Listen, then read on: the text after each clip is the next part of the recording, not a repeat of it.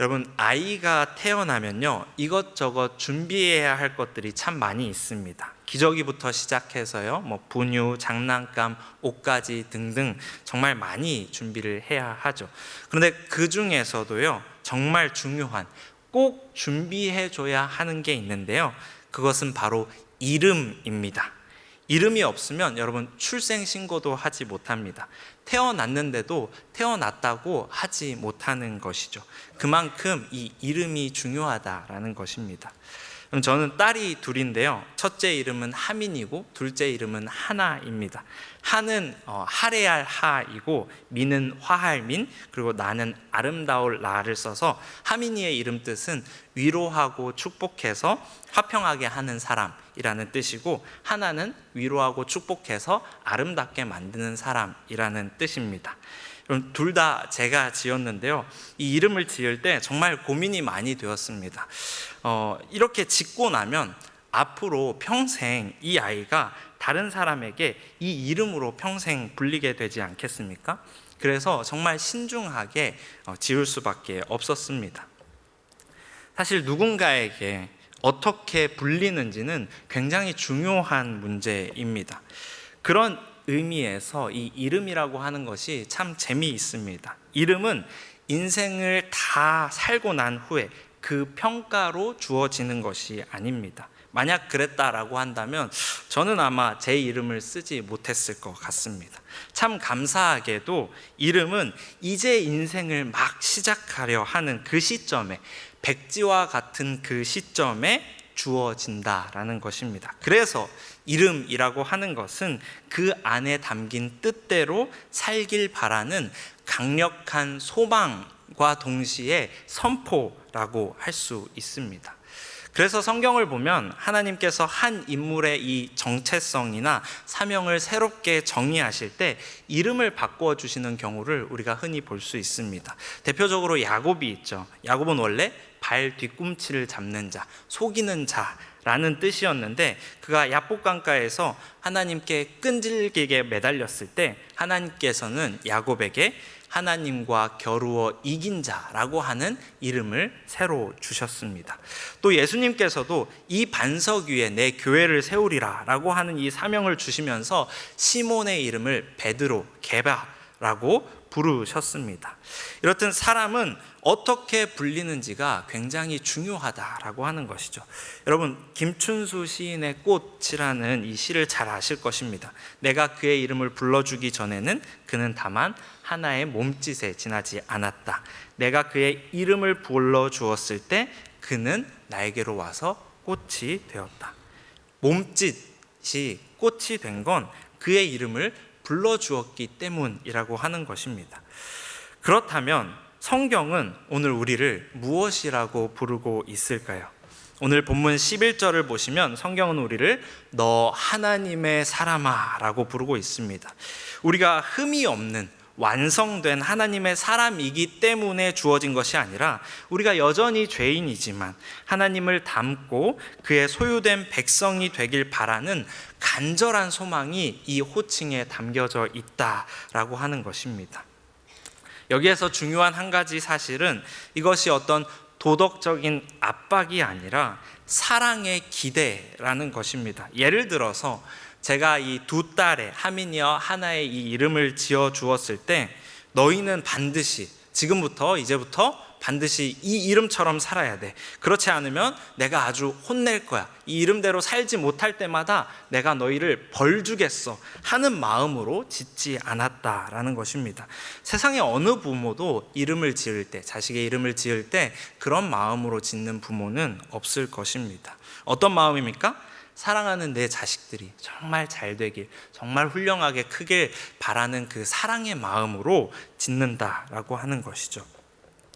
오늘 우리를 하나님의 사람아 라고 부르시는 이 하나님의 마음도 그러하시다라는 것입니다. 스바냐 3장 17절의 말씀을 우리 같이 한번 읽어보도록 하겠습니다. 시작. 너의 하나님 여호와가 너의 가운데에 계시니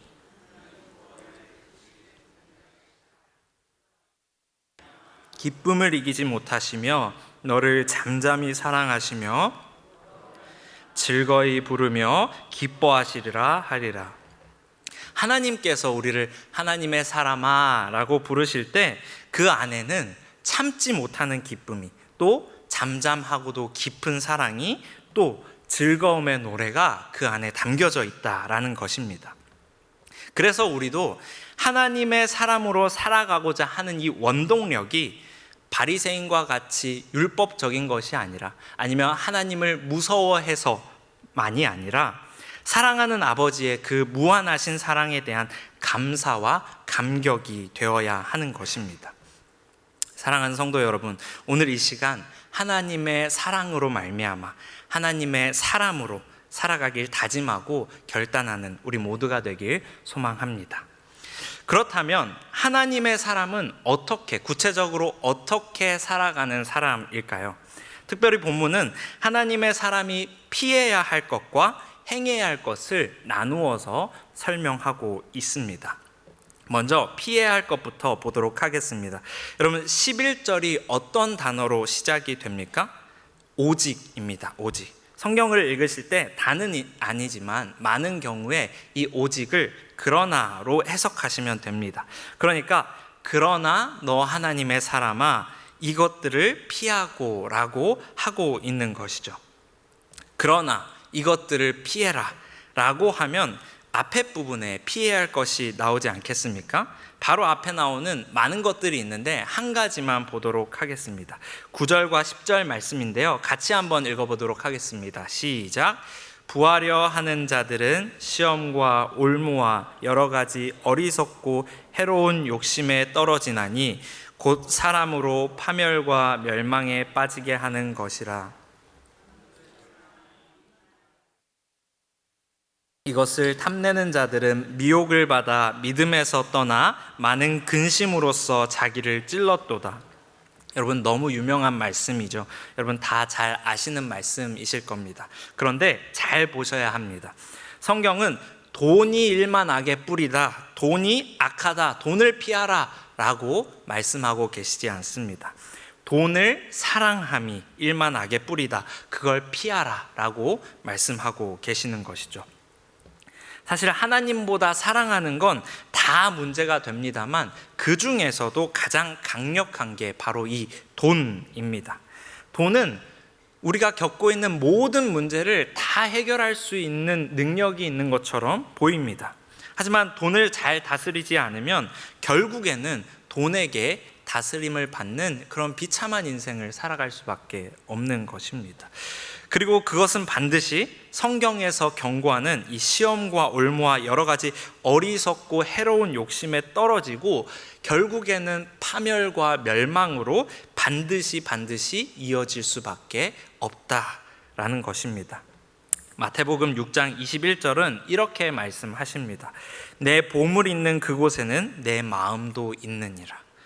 여러분, 세상에는 돈을 보물로 여기는 사람들이 너무너무 많이 있습니다.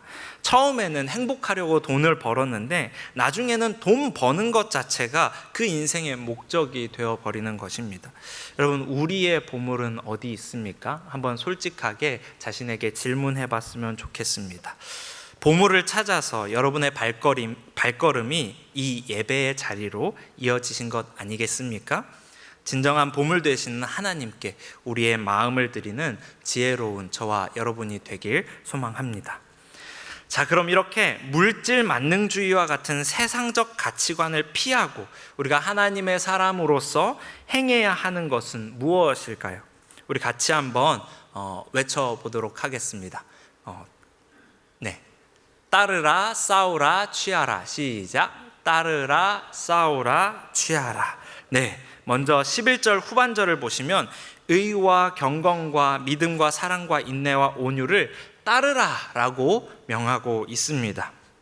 여기에서 쓰인 따르다라는 헬라어는 디오코라는 단어인데요, 서둘러 가다, 달려가다, 쫓아가다의 뜻이 있습니다. 그러니까 우리가 이 의와 경건과 믿음과 사랑과 인내와 온유 같이 하나님께로부터 온 이 모든 좋은 것들을 따를 때 어떻게 따라야 하냐면 서둘러 따라가서 아주 바짝 쫓아붙어서 그렇게 틈이 없을 정도로 가까이서 따라붙어야 한다라는 것입니다. 이렇게 따라가야 하는 이유가 있습니다. 여러분 한번 상상을 해보십시오. 만약에 어떤 세상적 가치관이라고 하는 사람과 성경적 가치관이라고 하는 두 사람이 있습니다. 두 사람이 조금 떨어져서 걷고 있는데 제가 그 뒤를 먼 발치에서 쫓아간다고 해봅시다. 그러면 사실 멀리 있기 때문에 제가 어떤 사람을 쫓아가고 있는지, 누구를 뒤따라가고 있는지 알기가 어렵습니다. 세상적 가치관을 따라가는 것 같기도 하고 또 성경적 가치관을 따라가는 것 같기도 합니다. 그런데 만약에 제가 이렇게 뒤에서 바짝 붙어서 간다라고 하면 어떨까요? 누가 봐도 이 사람은 성경적인 가치관을 따르고 있구나 라는 것을 알 수 있다라는 것입니다. 네, 그래서 한눈에 봐도 저 사람은 하나님의 사람이구나를 알 수 있는 것입니다. 여러분, 하나님께서 우리 앞에 주신 많은 좋은 것들을 우리가 바짝 쫓아갔으면 좋겠습니다. 세상이 하나님의 사람인 우리를 통해서 하나님을 보게 될 것입니다.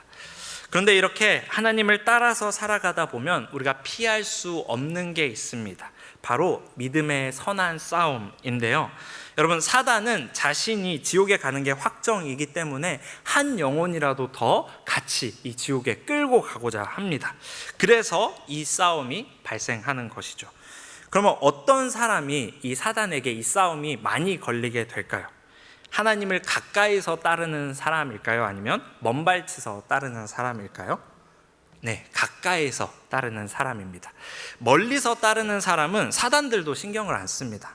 냅둬. 저 정도로 떨어져 있으면 저 사람은 언젠가는 결국 우리한테 오게 돼 있어 라고 생각하는 것이죠. 그런 사람은 내버려두고 사단은 하나님과 가까이 있는 사람을 어떻게 해서든 떨어뜨리려고 합니다. 네가 의롭고 경건해? 네 삶을 돌아봐. 하나님을 따를 자격이 정말 너한테 있어? 라고 하면서 정죄하기도 하고요. 뭐하러 참느냐고, 참으면 바보 된다고 하면서 유혹하기도 합니다. 여러분, 혹시 요즘 믿음의 선한 싸움을 싸우느라 많이 지치셨습니까? 이 불합리한 이 세상에서 하나님으로 살아내는 게, 하나님의 사람으로 살아내는 게 벅차진 않으십니까? 또 때로는 지치고 힘들어하는 자신의 모습을 돌아보면서 나는 이것밖에 안 되는 사람인가 싶어서 자책을 할 때도 있으실 것 같습니다. 그러나 이것이 우리에게 증거가 됩니다. 어떤 증거입니까? 우리가 하나님을 바짝 쫓아가고 있다는, 하나님의 사람으로서 우리가 열심히 살아가고 있다는 증거가 되는 것입니다. 그렇기 때문에 여러분, 우리가 이 증거를 영광스럽게 여겼으면 좋겠습니다. 믿음의 싸움이 시작되려고 할 때에 도망치는 것이 아니라 하나님께 더 바짝 붙어서 이 싸움을 이겨내는 저와 여러분이 되길 소망합니다. 우리가 잘 아는 것처럼 이 믿음의 싸움이 영광스러운 건 맞습니다. 그렇지만 그렇다고 해서 쉽고 편한 것은 아니죠. 그렇다면 우리는 무엇 때문에 이 힘든 싸움을 계속해서 싸워가야 하는 것일까요? 다시 말해, 그만한 가치가 있을까요? 네, 이것보다 가치 있는 일이 없습니다. 그것은 바로 영생을 취하기 위해서입니다. 요한복음 5장 24절의 말씀을 우리 같이 한번 읽어보도록 하겠습니다. 시작. 내가 진실로 진실로 너희에게 이르노니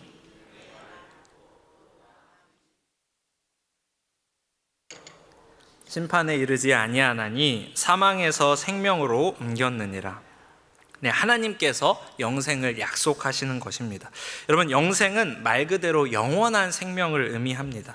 사람에게 있어서 생명보다 더 중요한, 소중한 것은 없죠. 그렇기 때문에 우리는 이 싸움을 계속해서 싸워가야 하는 것입니다.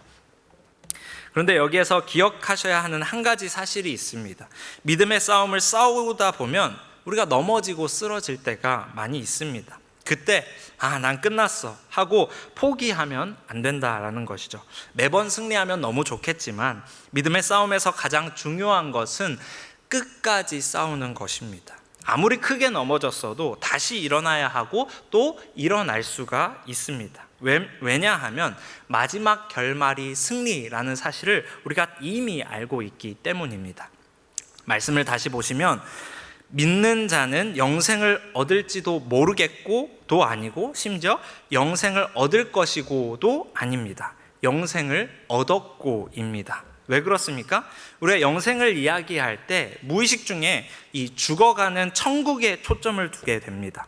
물론 영생을 취한 우리는 죽고 나면 우리의 돌아갈 본향 아버지의 집에 거하게 될 것입니다. 그런데 그게 다가 아니라는 것이죠.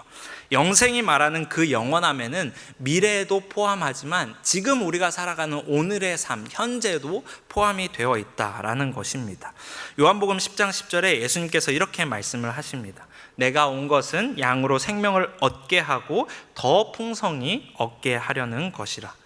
그러니까 하나님께서 말씀하시는 영원한 생명은 이 땅에서의 삶이 시들거리면서 말라 비틀어져 있다가 죽어서 천국에 가야지만 꽃을 피우는 게 아니라 지금 오늘 이 자리에서 우리가 살아가고 있는 그 삶의 뿌리부터 물을 머금고 꽃잎이 활짝 피어서 향기를 사방에 퍼뜨리는 풍성한 생명을 누리는 것입니다. 이게 가능한 이유는 영생이 관계이기 때문에 그렇습니다. 요한복음 17장 3절의 말씀입니다. 영생은 곧 유일하신 참 하나님과 그가 보내신 자 예수 그리스도를 아는 것이니이다. 여러분, 우리의 육체가 살아있는 이유는 지금 이 순간에도 우리 가슴 속에 있는 심장이 뛰고 있기 때문입니다. 이 심장의 펌프질을 멈추면 우리는 한순간도 살 수 없습니다. 그런데 영생도 마찬가지라는 것입니다. 영생은 내가 착하게 살아서 혹은 지식이 많아서 유지되는 것이 아닙니다. 영생은 예수 그리스도라는 거대한 심장에 우리 인생이 연결되어 있을 때만 우리가 살 수 있다라는 것입니다. 요한복음 15장에서 예수님께서는 나를 떠나서는 너희가 아무것도 할 수 없다라고 말씀하십니다. 가지가 나무에 붙어 있어야 그 수분을 공급받고 살아갈 수 있듯이 우리의 영생은 하나님께 바짝 붙어 있을 때, 그와 연결되어 있을 때 생명력을 공급받고 살 수 있게 된다라는 것입니다. 그래서 육체의 심장박동이 멈추면 세상 사람들은 절망합니다. 그것이 끝이라고 이야기를 합니다. 그렇지만 하나님의 사람은 두려워하지 않습니다. 내 영혼의 심장이신 예수 그리스도는 결코 멈추지 않기 때문입니다. 그래서 우리가 해야 하고 또 할 수 있는 것은 이미 승리하신 예수님을 의지하며 전날의 승패와 상관없이 최선을 다해서 오늘 다시 내게 주어진 이 믿음의 선한 싸움을 싸워가는 것입니다. 여러분, 승리가 확정이고 이미 영생을 누리며 살아가는 우리인데 무엇을 고민하고 걱정하겠습니까? 우리에게 주어진 믿음의 싸움을 담대히 싸워가는 저와 여러분이 되길 소망합니다. 그러면 우리는 언제까지 이 싸움을 싸워야 할까요? 14절의 말씀입니다. 우리 주 예수 그리스도께서 나타나실 때까지 흠도 없고 책망받을 것도 없이 이 명령을 지키라. 우리가 싸워야 하는 이 믿음의 싸움은 예수님께서 다시 오실 때까지 이어집니다. 예수님께서 다시 오시면 우리를 정죄하고 유혹하던 사단들은 다 지옥에 떨어지기 때문에 이 땅에서의 믿음의 싸움도 그때서야 끝이 날 수 있는 것입니다. 그런데 이 말씀이 부담스럽고 자신이 없을 수 있습니다. 예수님 다시 오실 때까지라고 하는데 너무 길게 느껴진다. 언제 다시 오시려나. 또 흠도 없고 책망받을 것도 없이 이 명령을 지키라고 하시는데 당장 오늘 나의 삶만 봐도 참 이렇게 흠이 많은데 어쩌면 좋나 싶기 때문입니다. 여러분, 정말 그렇습니다. 내게 주어진 상황과 환경 그리고 내 삶을 돌아봤을 때에는 하나님의 사람으로서의 소망이 없습니다. 그러나 빌립보서 1장 6절에는 이렇게 말씀을 하십니다. 우리 같이 한번 읽어보겠습니다. 시작. 너희 안에서 착한 일을 시작하신 이가 그리스도 예수의 날까지 이루실 줄을 우리는 확신하노라. 우리 안에서 착한 일을 시작하신 이가, 무슨 말입니까? 하나님께서 하신다라는 것입니다. 언제까지요? 그리스도의 예수의 날까지. 그러니까 너 하나님의 사람아 라고 부르신 그 순간부터 우리 주님께서는 이미 주님의 일을 시작하셨다라는 것이고 지금도 이루고 계시며 약속하신 그날까지 신실하게 계속해서 이루어 가신다라는 것입니다. 그러니까 소망을 잃지 않고 그날까지 담대히 믿음의 싸움을 싸워가는 우리가 되었으면 좋겠습니다. 말씀을 마무리하겠습니다. 오늘 하나님께서는 우리에게 이렇게 말씀을 하시는데요. 우리 저를 따라서 외치시는데 자신의 이름을 넣어서 한번 외쳐보도록 하겠습니다. 오직 너 하나님의 사람 태준아, 오직 너 하나님의 사람, 따르라 싸우라 취하라, 예수 그리스도의 날까지. 네, 감사합니다. 네, 이렇게만 들으면 우리가 자신이 없을 수 있습니다. 하지만 이때에 우리에게 주신 이 약속의 말씀들을 우리가 기억했으면 좋겠습니다. 어떤 약속입니까?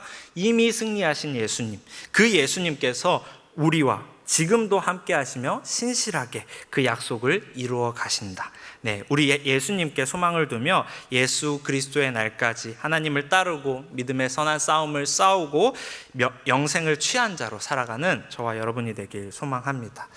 오늘 들은 설교를 떠올리면서 우리 시간 함께 잠깐 기도했으면 좋겠습니다. 주님, 우리를 하나님의 사람으로 불러주셔서 감사합니다. 그 부르심에 따라 살아가게 하시되 믿음의 선한 싸움을 피하지 않게 하시고 끝까지 싸울 수 있는 우리가 되게 해달라고 우리 시간 함께 기도하도록 하겠습니다. 기도하시겠습니다.